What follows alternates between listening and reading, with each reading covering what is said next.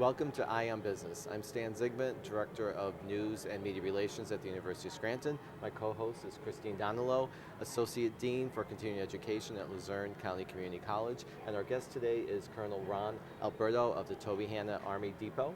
Ron, thank you, Colonel, thank you so much for coming. Thank you. For being our guest. And I wonder if we could just start with a little bit of information about Toby Hanna. Sure, yeah, I'd be happy to share that with you. Well, Toby Hanna, obviously, as you know, is the largest employer in Northeast Pennsylvania. We are a subordinate command in the United States Army, and our mission, our core mission, is to maintain and repair what we call C4ISR, Command, Control, Communications, Computer, Intelligence, Surveillance, and Reconnaissance Systems. We do that not just for the Army, but for all the services. We've been in existence here in Northeast Pennsylvania since the early 50s, and we just have a great workforce that does a great mission in support of the soldiers and sailors, airmen, and Marines around the world that need this equipment to do their missions. Now, for Toby Hanna, the model that you follow is more, I guess, resembles more of a business model. We can actually call you the CEO Sure. of Toby Hanna. Sure. Can you tell us about that? Yeah, happy to. The reality is many people think of a military unit, a military organization, that we have appropriated dollars, that Congress says, hey, it takes $1 million to operate or $1 billion to operate Toby Hanna, and we're going to provide that to me, the commander, and say, go ahead and operate the depot. But the reality is the depot runs as a business. We have a fee for service. We create a capability, a maintenance capability for our customers, and then we sell that service to them. Those customers are military organizations or government organizations, but we sell that service to them. So we have a profit model that affects the way we do business. We don't call it profit and loss necessarily. We use our own terms in the military, and more importantly, we put acronyms to those terms. So we call our profit NOR, net operating result. That net operating result, or our profit, then is allowed to be reinvested back into the installation to improve our facilities, to bring in new technology, to set conditions for future customers so that we can compete for that workload in the future. And so what are the basic services that you provide? Basically maintenance, repair, maintenance, and overhaul of equipment are the core functions of what we do. And we don't only do that at the depot. I'll talk to that in a moment. But primarily our job is to bring equipment from the battlefield or from the units and bring it back into operational status, whether it be battle damage or just aged equipment that's come out there. And we have several different components of how we do that. We have a program now which is called Reset. We've been doing that since 2003, and that's a process where we bring every unit that comes out of the battle, out of Iraq or Afghanistan, turns in 100% of their equipment to Toby Hanna and the 4 other depots that we have in the Army that do the same type of work in different families of equipment. Turn in 100% of their equipment, and we reset that equipment back to like new conditions so that the next unit that's going to take it to the battlefield knows that it's going to operate as it's designed to operate. So that's one component of what we do. The second component and a core mission of what we do is what we call overhaul, where we reset equipment or repair equipment to what we call 0 miles, 0 hours. So it's better than new. It's like taking your car that you bought 5 years ago and bringing it back to the dealership and getting a brand new car with all the new and latest technology inserted into that car, completely overhauled. So 0 miles, 0 hours. There's no time on the clock of using that equipment. And then general maintenance of equipment. The third thing that we do, or the fourth component of what we do, is actually we have manufacturing capabilities. So many of our customers come to us and say, can you build this? And we say yes, no. We have engineers who can design something. We have machine shops and welders and other technical skills that can then go build various things. A good example of that is a kit to install what we call Blue Force tracking. Blue Force tracking is a computer system. It's a wide area network that's used on the battlefield so that the soldiers on the battlefield, the units on the battlefield can communicate to each other about their needs, about the enemy's positions, and about their status as a unit and where they are on the battlefield. It helps us prevent fratricide. Well, each of those computer systems and networks has associated power, computer interface systems, and they have to be installed in all these vehicles. Well, it's not just plop a laptop on the lap of a soldier. It's put it in there so it's hardened and can withstand the demands of the battlefield. And we build those kits at Toby Hanna and many other things like that. And Toby Hanna is basically a worldwide company. Yeah. It's not just something that is geared toward even the United States only. Right. It's not lost on this part of the country that we're the largest employer in Northeast Pennsylvania, in the 7 counties of Northeast Pennsylvania with 5,500 employees. But 10% of our employees are elsewhere. They are assigned to us, work for us, are our employees with duty elsewhere at 67 locations around the world. Most post camps and stations, as we call it, Fort Bragg, Fort Hood, Fort Lewis. 25 of these locations are in Iraq and Afghanistan, but about 500 employees are with duty outside the gates, and we are constantly hiring those employees as well. And we go out to those locations and try to hire folks in those regions as well to support our mission closer to our customer, frankly. It gives us a better model to give the customer immediate service rather than send every piece of equipment back to the depot. In combination with that, we actually export capabilities from the depot. We send teams of employees, 20, 30, 40, or 1 or 2 in many cases, to places around the world for 2 months, 3 months at a time to service the customer's needs in those locations as well. It goes back to that business model that you asked. It is truly a business, and we look at our customers put a requirement on us, and we say, how do we want to meet that requirement for them? What do they want? If they wanted to come to Tobyhanna, we'll do it there. If they want us to do it at their location, we'll do it there. And that's all part of our proposal process with them. It seems like the Army is really so efficient in many ways of what you're doing, and as you say, that it's run like a business. Most people don't think of the services as run as a business. Right. So it's interesting to hear that that's happening. The one thing, when we were talking before, you were mentioning about the skill sets of the people that you work with. Could you explain kind of what skill sets people need? And because one of the intents of this program is to help people with possibly getting jobs, and also what's the future is like in the world of work.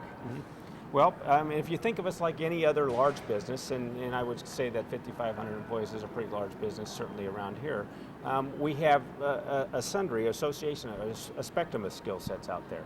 Certainly the core of what we do and the core of our workforce is electronic maintenance. So the skill sets that we need are electronic technicians. That's the core function of what we do.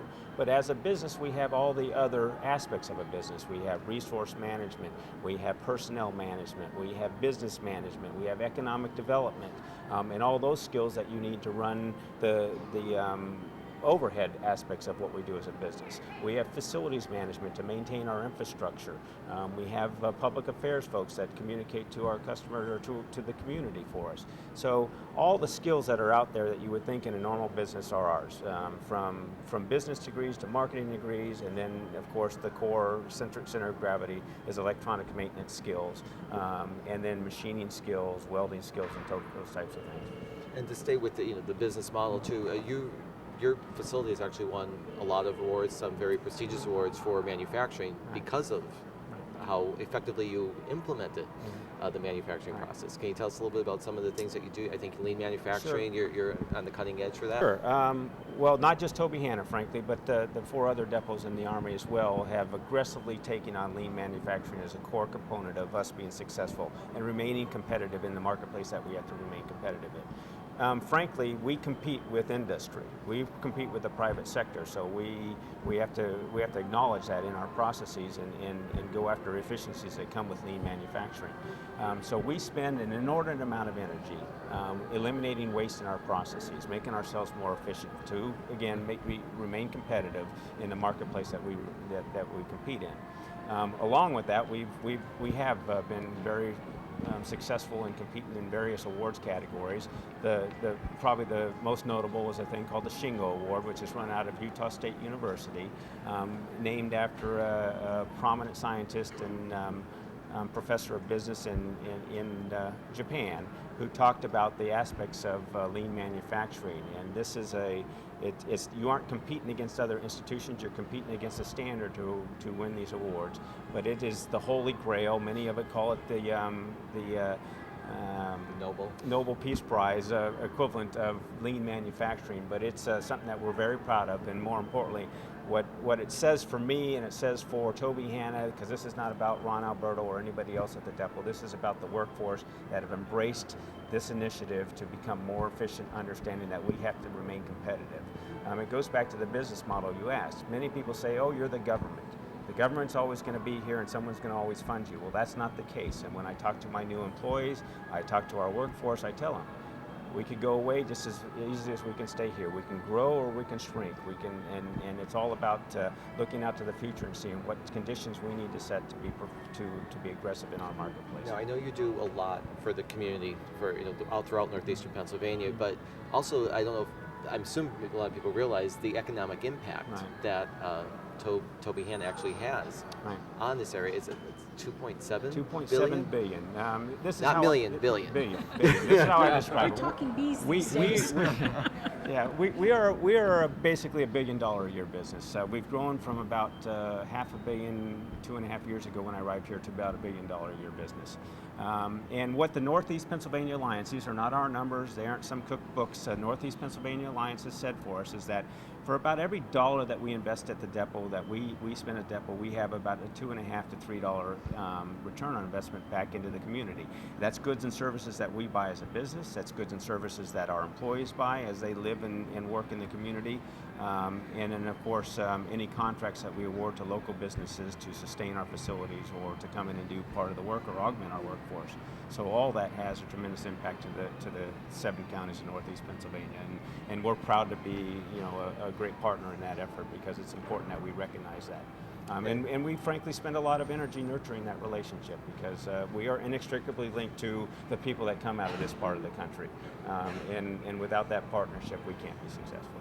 And something that's going on in this area of the country, actually all over, is the baby boomers now entering retiring age, but that's actually going to present a lot of opportunities. You mentioned a little bit about the skills that you need for your workforce, but you're dealing with a lot of, I guess, retirements that are starting to hit Tobyhanna now and in the future years. And so I'd like to talk a little bit about the job opportunities, and then maybe we'll get into some of the education programs that you offer. Yeah, a couple things.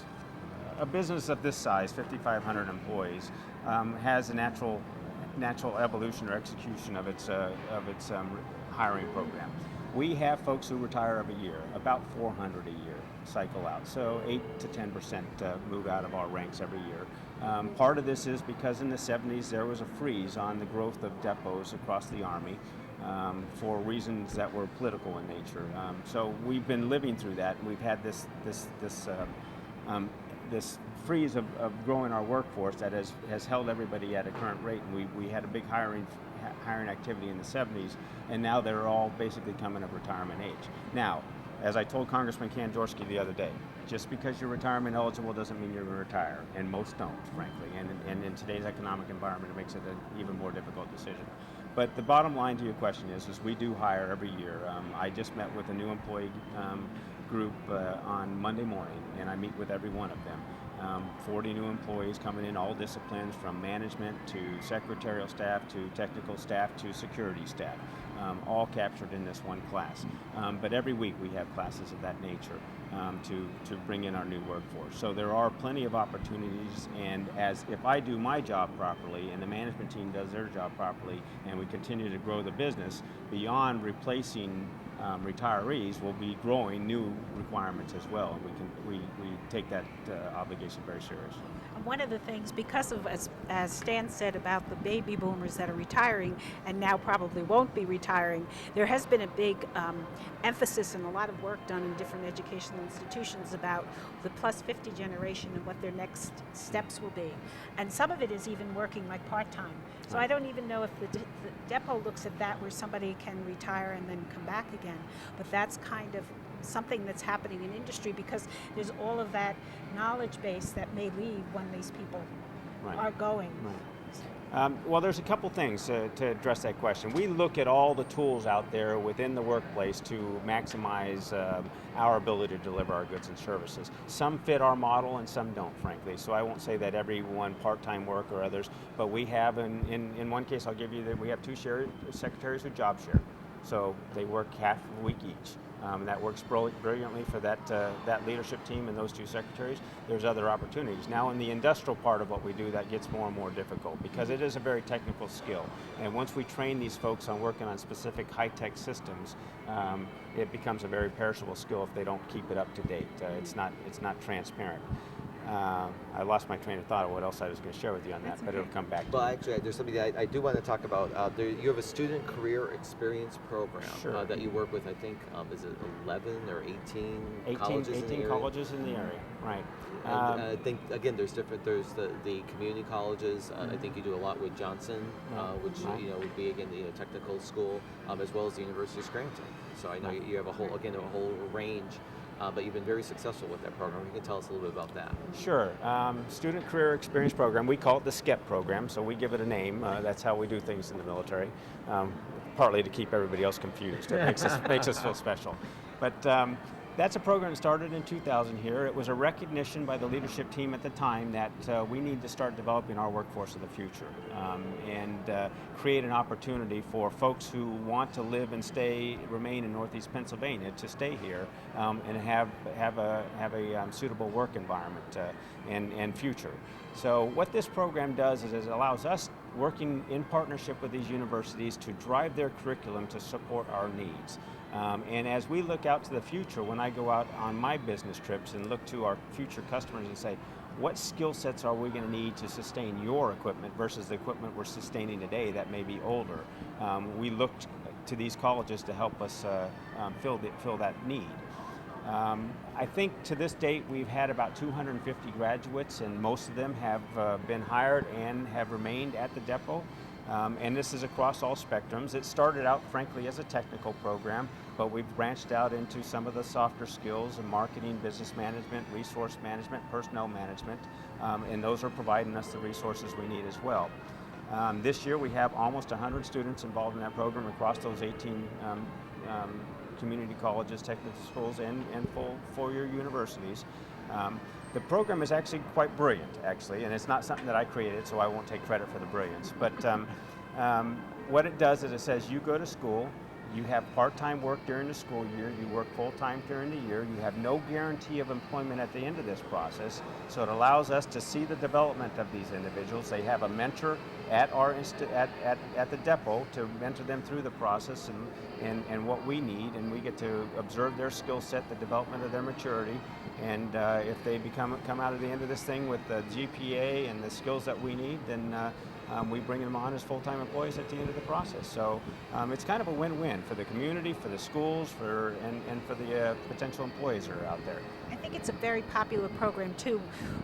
Luzerne County Community College works with, it's called Tech Prep, Right. and then Lackawanna College works with Johnson College here that has an engineering or electrical program Right. too. So it really is a very good program to get people interested in, because some of the students don't realize the skill sets that you actually need. Right. And we're so technical now.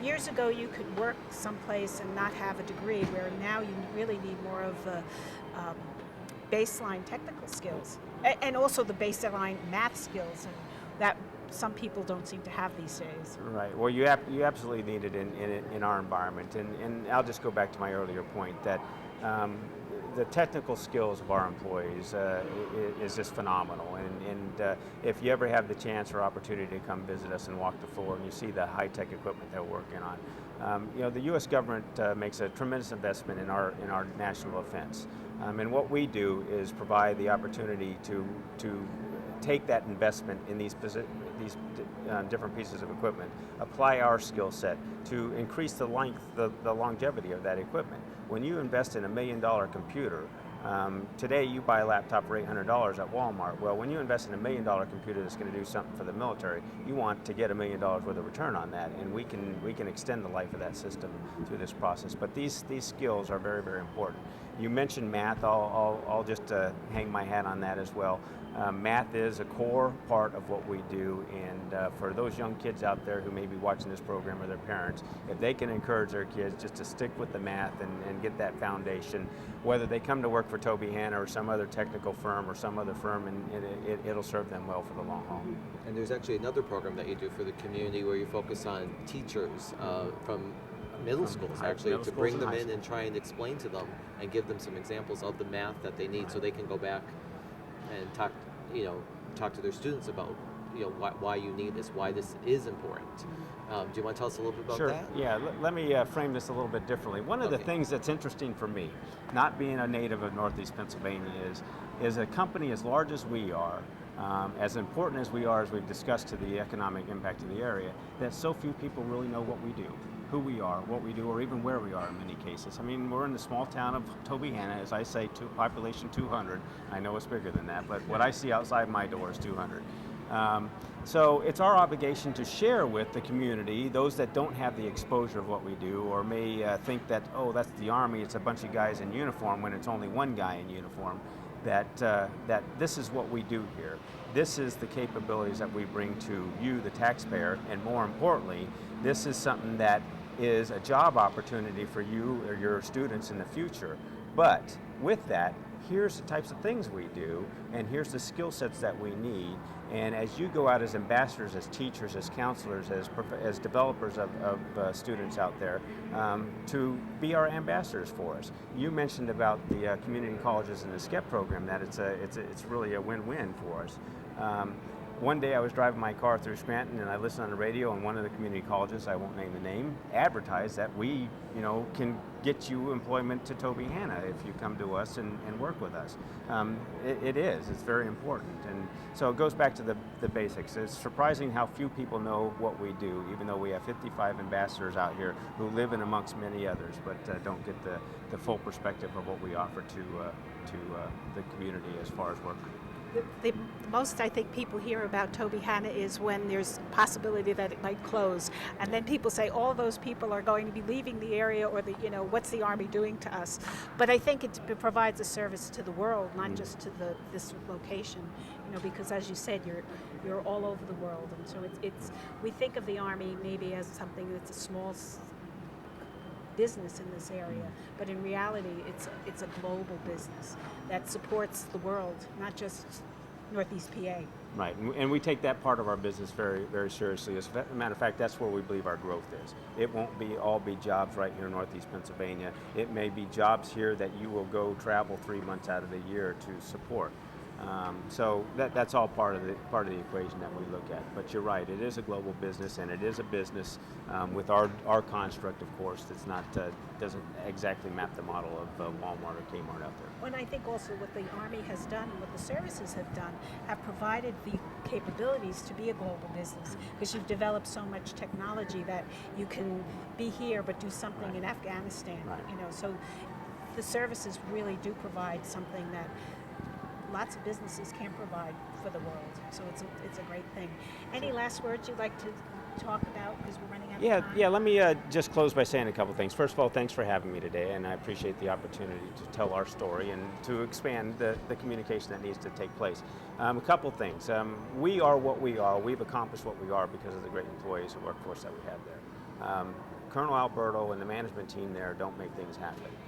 It's those 5,500 employees who get the job done, send equipment out there 3 shifts a day, 7 days a week, out to our warfighters. So that's point number one. Point number two, they have embraced, the workforce at Tobyhanna has embraced several things that have made us successful. One is our investment in the lean culture to reduce and eliminate waste in our processes. The second is the investment in a corporate philosophy that we call it at the depot, but our business model that allows us to make decisions that are good for the whole rather than for individual components of the organization. So those two things are very important. It has been my honor and pleasure to be the commander, CEO, president of Tobyhanna Army Depot over the last 2.5 years. This summer I'll move on to another assignment. But what I can say is that there's a long, strong, and healthy future for this depot for all the right reasons, because of the model that they set in place, and most importantly because the workforce out there believes in what they do and why they do it. Well, thank you very much, Colonel, for being our guest. It's Colonel Ron Alberto from Tobyhanna Army Depot, the Commander and CEO. Thank you very much for being our guest, and thank you, Christine Donilo, Associate Dean for for continuing education at Luzerne County Community College. And I'd like to thank our sponsor too, the Mullen Steamtown, and I'm looking at a sign for First Night in Scranton. So if you haven't got your First Night pins, the buttons are being sold at the guest services at the Mullen Steamtown. It's right in front of the Bonton store, so it's easy to find, and hopefully you'll be in Scranton for First Night. I'm Stan Zigman, Director of News and Media Relations for the University of Scranton, and this is I Am Business. Thank you.